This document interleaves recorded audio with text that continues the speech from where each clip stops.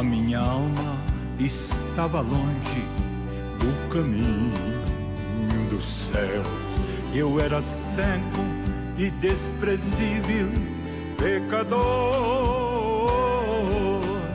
mas Jesus já transformou minhas trevas em luz quando estendeu sua mão para mim.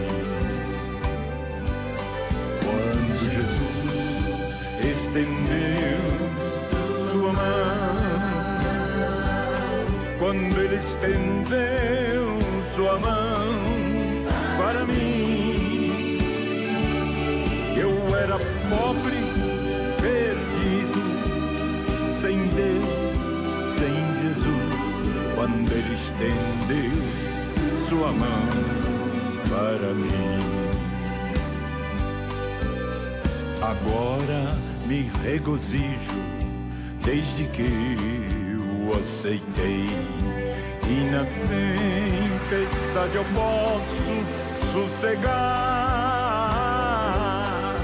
pois com Ele estou liberto do perigo do mal, quando Ele estendeu sua mão para mim. Quando Jesus estendeu sua mão, quando Ele estendeu sua mão para mim, eu era pobre, perdido, sem Deus, sem Jesus, quando Ele estendeu sua mão para mim.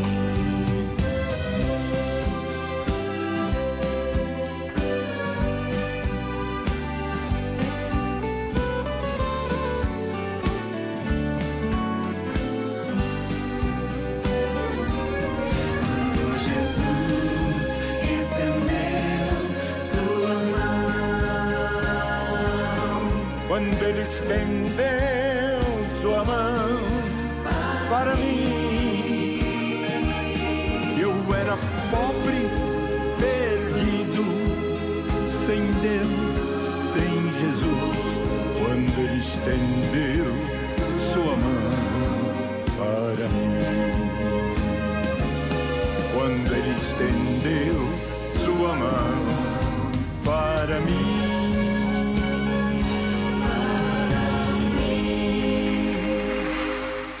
Meus queridos irmãos e irmãs, hoje, terça-feira, dia 28 de janeiro de 2025. Bem-vindo a mais um programa Opção para a Vida. E neste programa, em especial, quero convidar todos vocês para ouvirem uma mensagem que eu estive, então, pregando na nossa igreja. Quero que você confira, então, essa mensagem abençoada e que possa edificar a sua família, a você, a sua alma. Vamos vê-la.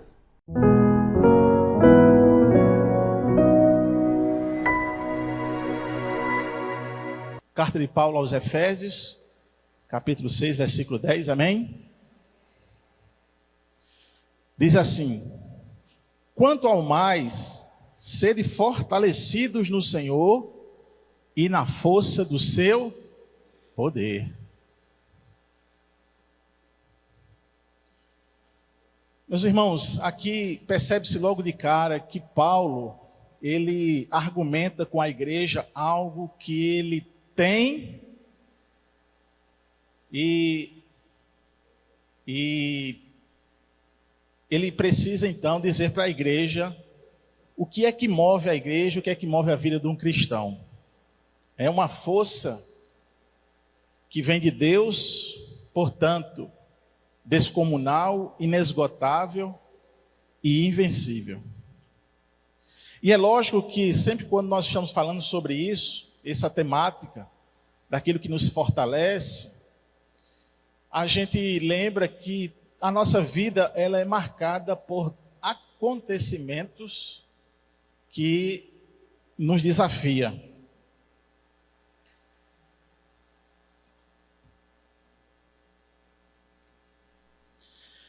Acontecimento que nos desafia.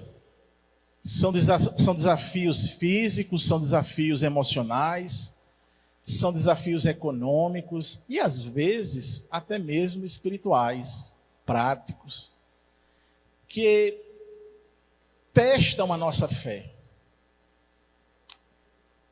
Porém, meus irmãos, o crente, ele não pode perder de vista que nós temos uma fonte de força inesgotável, perene.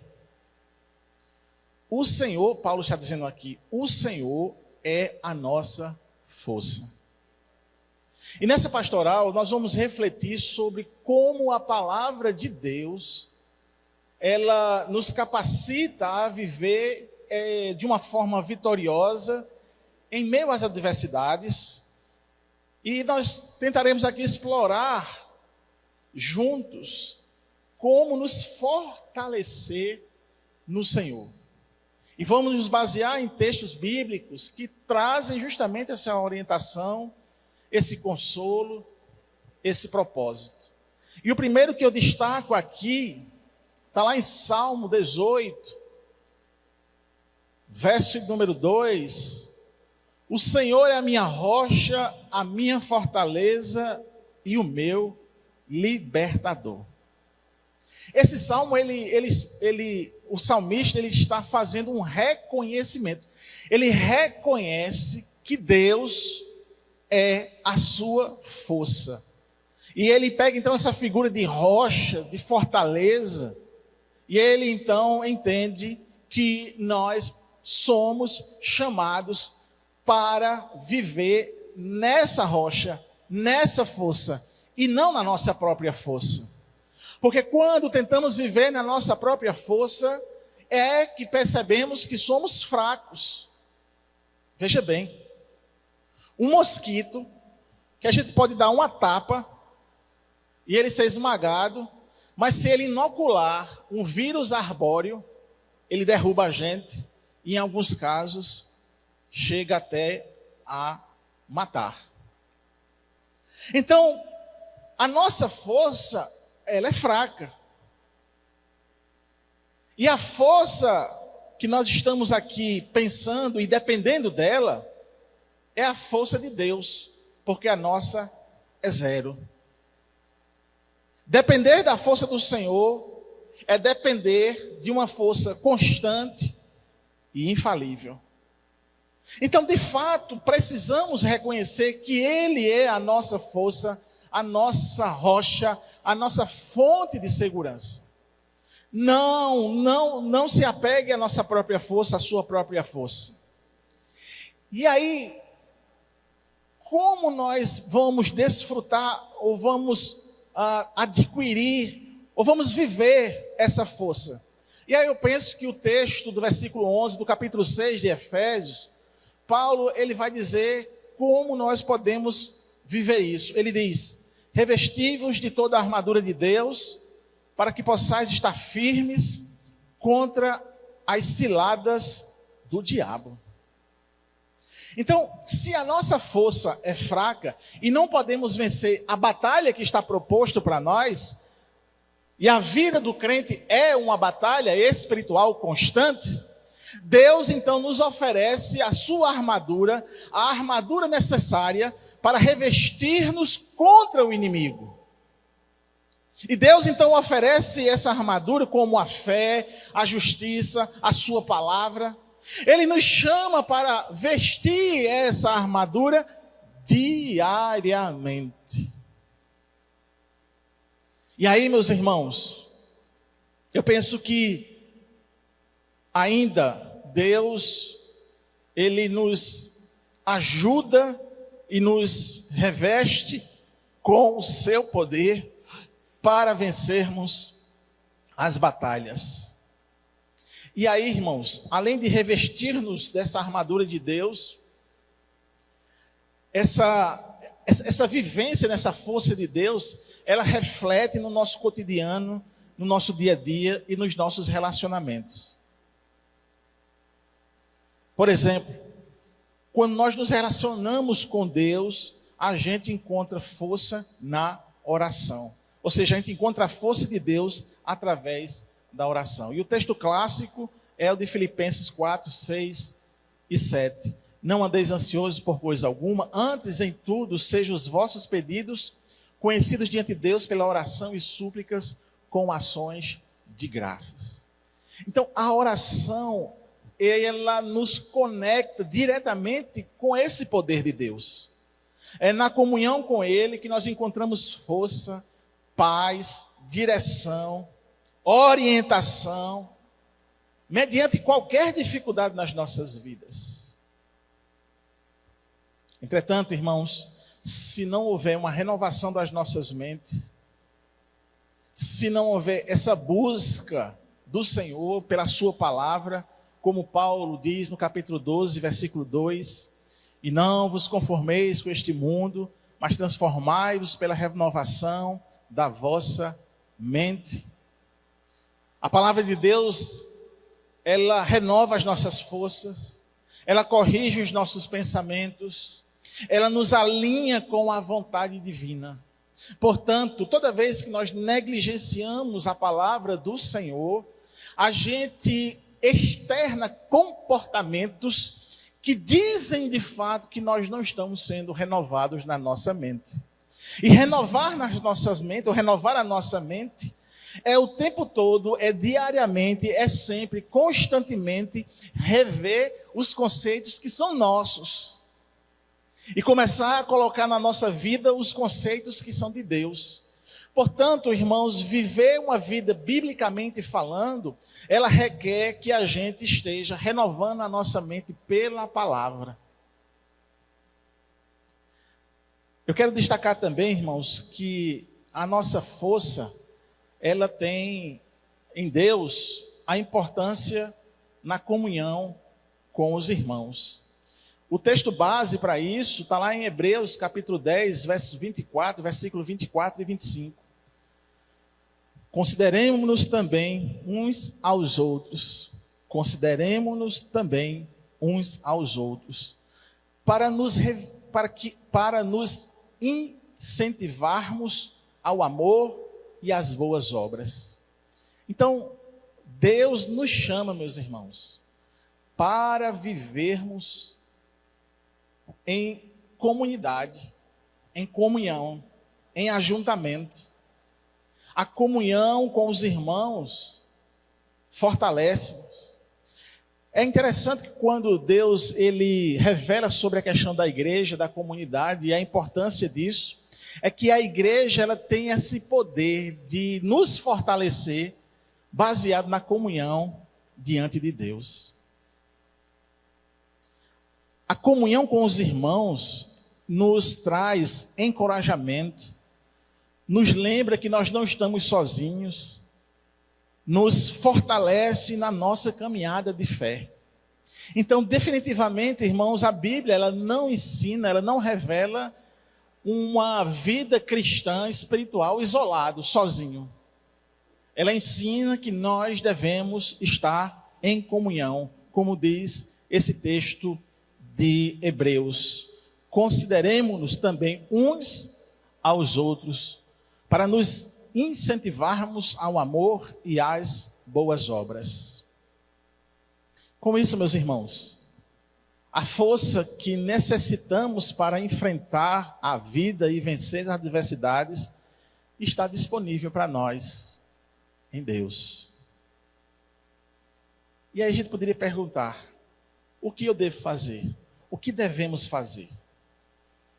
A primeira coisa, pare de confiar na sua própria força, no seu intelecto, no seu poder aquisitivo, na sua força física. E busque força diariamente em Deus.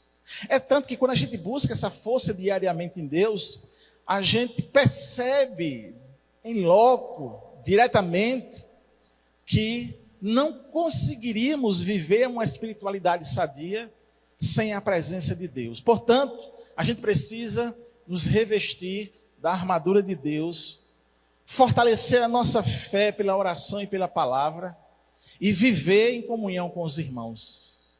Essa é a receita que nos atesta uma vida vitoriosa, uma vida em que nós nos apoiamos na força e no poder de Deus.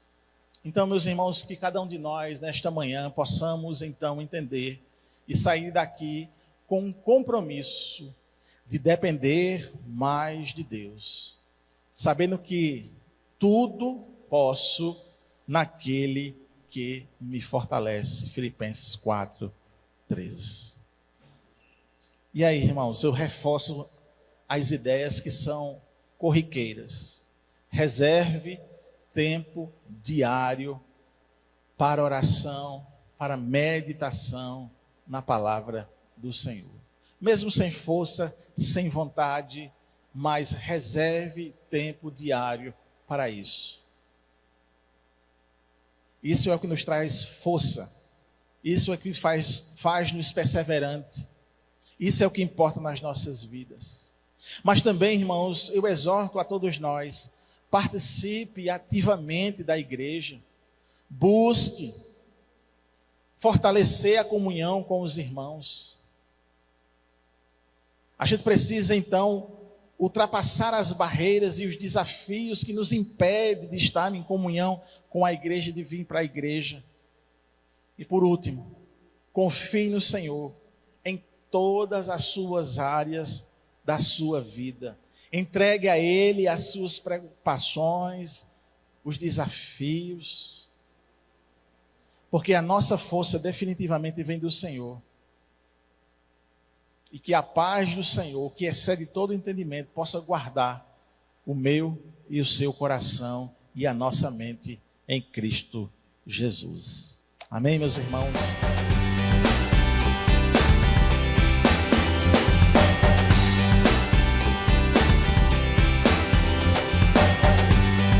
Fala, meu príncipe, minha princesa. Ah, não, peraí. Você sabe que não sou eu, né? É essa fera aqui que fala assim. Fala, gente boa. Nós estamos começando. Ó, sala de prosa, ainda tem xícara, brutal. Agora, o que tem aqui dentro? Se você adivinhar, você não pode adivinhar se é crente, é água. Estamos começando uma jornada onde nós vamos bater um papo, eu e o Santo Varão e eu. E convidamos você para nunca perder, estar conosco sempre. Bom ver, Varão. É uma honra para mim estar aqui, Gerê. E hoje, para começar, tratando de um tema pesado, mas importante. Absolutamente importante. Pois é, gente. Nós vamos conversar sobre vida e suicídio. Você sabe que o mestre Hernandes, como eu gosto de falar com ele, escreveu um livro extraordinário. Santo Varão, nós temos 3 homens de Deus que pediram para morrer. Exato. Moisés falou, Deus tira a minha vida. Exato. Elias falou, eu quero morrer. Quero morrer. E Jonas falou, eu quero morrer. Que causas você veria que levam uma pessoa a pensar em morrer e até tirar a sua vida? Jeremias, são muitas causas. E o suicídio hoje, ele é um problema tão grave que é considerado um dos maiores problemas sociais do mundo. As estatísticas mascaram muito a questão do suicídio, porque há mais suicídios no mundo do que assassinatos. Para cada suicídio que é divulgado como tal, tem 10 que não são divulgados. Então, esse é um problema grave, mas penso eu que a principal causa, Jeremias, é a depressão. Tem outras causas, como problemas financeiros, problemas passionais, saúde abalada, doença incurável, decepção amorosa, traição, rompimento de noivado, namoro, casamento. Mas a depressão é a causa número 1 que tem levado as pessoas. A mente humana, né? A mente humana é tão complexa. Veja você, Varão, dias desses lá em BH, numa faculdade de medicina, 7 alunos em 2 meses suicidaram. Então não tem nada a ver com a cultura. Não tem a ver. Aliás, as pessoas que mais se matam são as mais cultas. Até porque há pessoas que pensam que se eu souber isso, se eu alcançar aquela posição social, se eu tiver uma vida financeira estável, eu acho que esses dramas da alma vão cessar. Você citou aí sobre depressão, mestre. Crente também sofre isso? Sofre. Aliás, Gerê, esse é um grande problema no meio evangélico, no meio cristão, por 2 vertentes perigosas. Uma delas de T.L. Osborne, que diz que depressão é demônio. Aí o camarada está enfrentando Mas às vezes depressão, é mesmo, né? bota demônio em cima dele. Pode ser, mas Certo. pode não ser. Aham. Outra vertente lá do Jay Adams diz, não, depressão é pecado. Aí o camarada está enfrentando a depressão, mais uma tonelada nas costas dele de culpa, estou em pecado. Pode ser demônio? Pode. Pode ser pecado? Pode. Mas pode ser que um crente cheio do Espírito Santo enfrente uma depressão. Enfermidade. É uma enfermidade. A Organização Mundial de Saúde considera a depressão como uma doença. E é muito interessante que a doença emocional, você não vê. O cara quebra o braço, todo mundo sabe que ele quebrou o braço. Deu um problema no estômago, vai lá, faz uma endoscopia, constata. O mestre, há uma angústia que sofre todos nós, né? Por exemplo, um irmão, uma irmã na fé. Recentemente nós tivemos uma série de suicídios e que a mídia aproveitou para pôr os pastores na berlinda. Virou tese de psicanalíticos, Vários da pastores psicanálise. tirando sua vida. Esses dias um amigo está lançando um livro, O Suicídio de Pastores, e a capa é brutal, porque tem um sujeito como se fosse um pastor e a gravata dele é uma forca. A capa me assombrou, varão. Mas Não é mais, de rir, não. mais assombroso do que isso, acontece no Japão, pra você ter uma ideia, onde há o maior índice de suicídio do mundo, e eu tenho esse livro, onde a capa do livro é um caixão, e o livro ensina várias fases e etapas de como fazer o suicídio, como executar eficazmente, passo a passo. Não, então agora... E 50% das pessoas que se matam no Japão têm esse livro como cabeceira. Ô, gente boa, a conversa nossa aqui não é para te ensinar nada disso, não. Nossa conversa é outra. Nossa conversa é para te tirar daí. E que você ajude quem tiver aí sair. Porque louvado seja nosso Senhor, que a vida está no nosso Senhor Jesus Cristo. Aqui, de vez em quando, vocês já te perguntaram assim, pastor, o cara que suicidou, ele dizia que era crente. Ele perdeu a salvação ou ele está no inferno? Essa é uma questão interessante porque há uma ideia no imaginário popular religioso brasileiro que todo suicida é um discípulo de Judas Iscariotes. Então, todo suicida vai para o inferno. Judas não foi para o inferno porque suicidou. Judas foi para o inferno porque não era crente, porque não era salvo. Pronto, é aí mesmo. Então, é possível, a pergunta é, uma pessoa crente pode adoecer? Ela pode ter uma depressão? Pode. Se ela não for devidamente tratada, ela chega a um ponto, pode chegar a um ponto de desequilíbrio tal que ela não é mais 100% consciente dos seus atos. E ela pode atentar contra a própria vida. Agora, a pergunta é, uma pessoa salva perde a salvação? Não. Se foi salvo? Se foi salvo, salvo para sempre. Aleluia, estamos juntos. Nem a morte pode separar uma pessoa do amor de Deus que está em Cristo Jesus. Amém. Ô, meu santo homem, nós podíamos conversar um pouco assim, como é que ajuda o cara a não chegar nessa linha, entendeu? Quer dizer, ele parar aqui, ó, ele não chegar ali não, ele parar aqui no meio da mesa.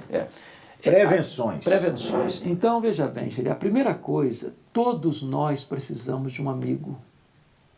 Deixa eu parar aqui. Ô, gente boa, você tem amigo, não? Esse aqui é meu amigo, ó.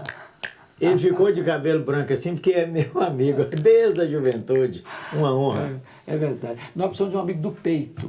Por que é amigo? Amigo é aquele que confronta você em secreto e defende você em público. É boa. Amigo é aquele que chega na sua casa quando todo mundo já foi embora. Amigo é aquele que se aproxima de você não por aquilo que quer tirar de você, mas que quer dar a você. Ele ama você não pelas suas virtudes apenas, mas apesar dos seus defeitos. Então, todos nós precisamos de alguém, de um ombro, onde você pode abrir o coração e falar, eu estou sentindo isso, a minha alma está doendo, eu estou angustiado, estou pensando até tirar a minha vida, o que é que você fala para mim? Ora comigo. Só o fato de você se abrir com alguém, partilhar a dor com alguém, você já divide a carga, você já recebe ajuda, você já tem vontade de viver e não de morrer mais. Ô, gente boa, você que tem amigos, você não abandone seus amigos. De vez em quando você precisa dar um alô. Quando seus amigos fugirem, às vezes ele vai se fechando. E é claro, há amigos que quando estão assim, eles não dão conta nem de ler a Bíblia. Eles não dão conta de orar, eles não dão conta de sair de casa, eles não dão conta de ir ao culto. Você precisa ir lá, ler a Bíblia para eles, orar com eles, lembrar que Jesus está vivo.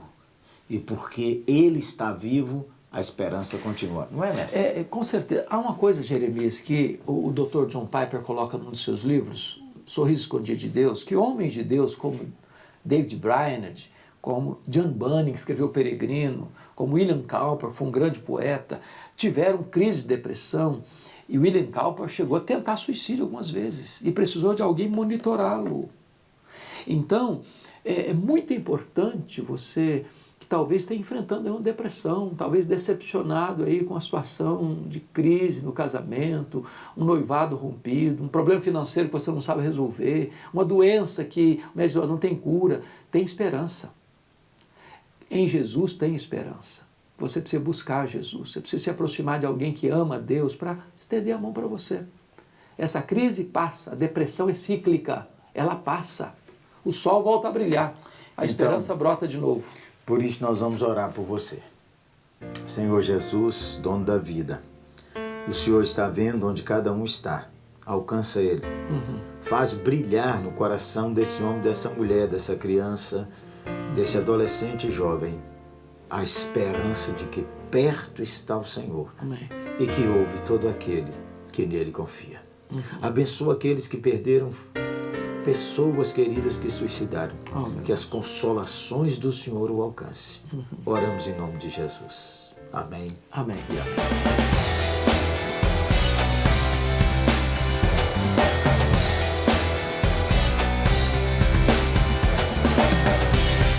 Oh, meus irmãos e irmãs queridos, que bom que você ficou conosco até esse momento e espero que você tenha sido edificado nesse programa maravilhoso. Até o próximo programa, se Deus assim nos permitir. Até lá!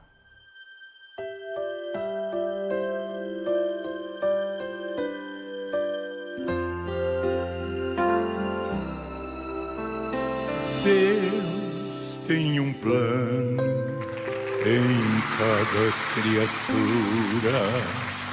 Aos astros Ele deu o céu, para cada rio Ele deu um leito e um caminho para mim traçou. A minha vida eu entrego a Deus, pois o seu Filho entregou por mim. Não importa onde for, seguirei meu Senhor, sobre terra e mar, onde Deus mandar, irei.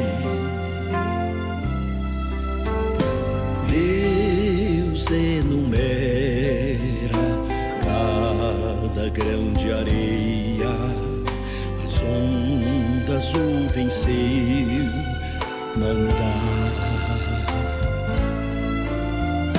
As aves em seus rumos lhe obedecem, seu carinho faz abrir a flor.